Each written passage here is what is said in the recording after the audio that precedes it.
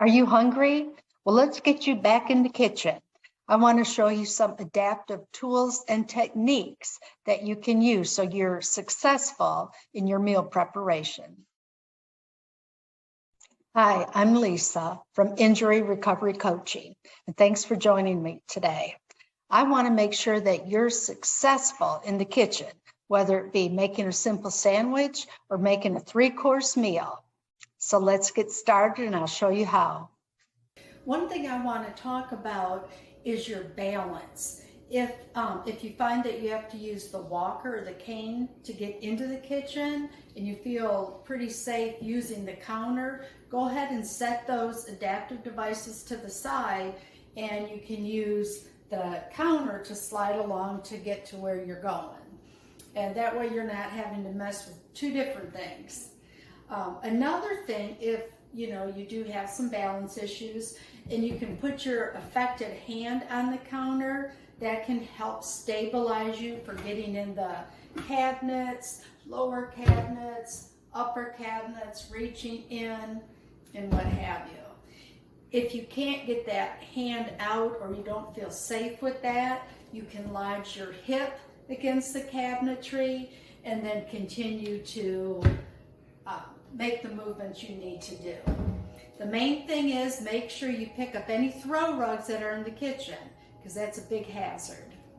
Another thing to consider if you tend to get fatigued quite easily in the kitchen, if you don't have an eat-in kitchen, is bring in a chair, preferably a higher level chair or a stool, and that way you can sit at the counter, you can cut your vegetables, you can do some simple meal preparation. Just make sure you have all the supplies and ingredients nearby.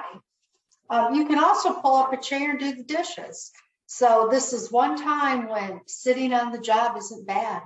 Instead of always having to reach down in the cabinet to get your common everyday objects, I would just leave them on the counter. It may not be as pleasing as you like, but the convenience will outweigh that. Filling a heavy pot doesn't have to be cumbersome.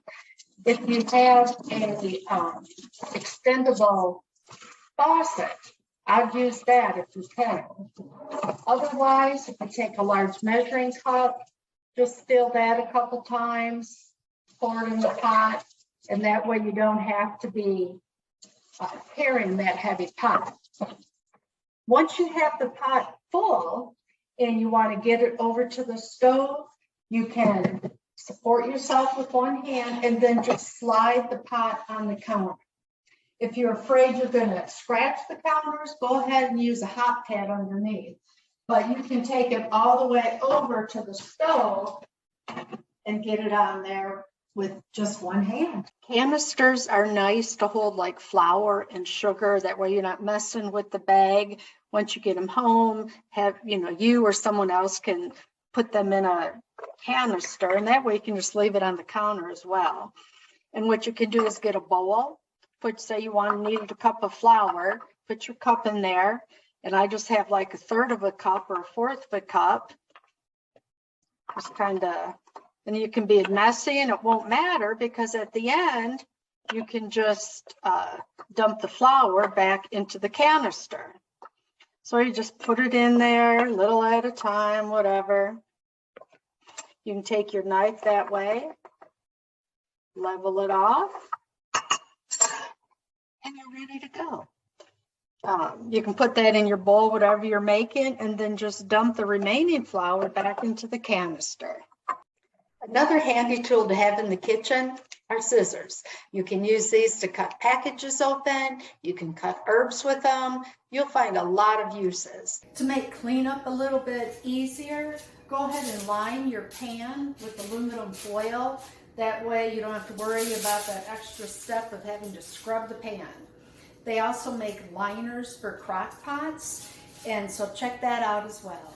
Another thing to consider when you're grocery shopping is the size of things or the size of containers. If you have a large family and you tend to, benefit from a larger item, go ahead and get it, and then either you or someone in your family can perhaps transfer it into a smaller, more manageable container.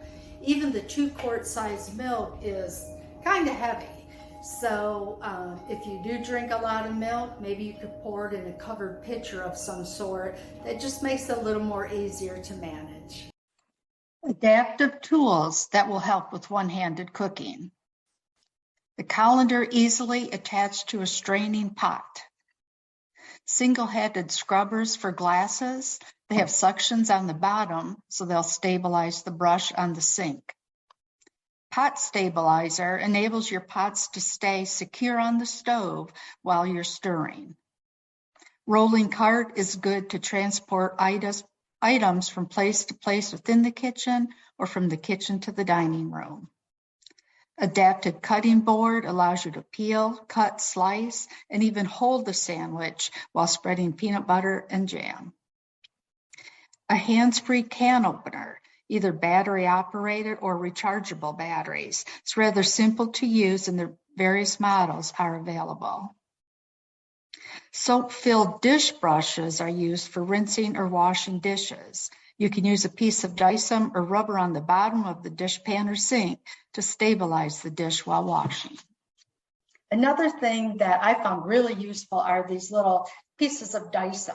And I get mine free from various ball games or what have you. So keep your eye out, pick a few up at the store. You can set mixing bowls on them so the bowls don't slide.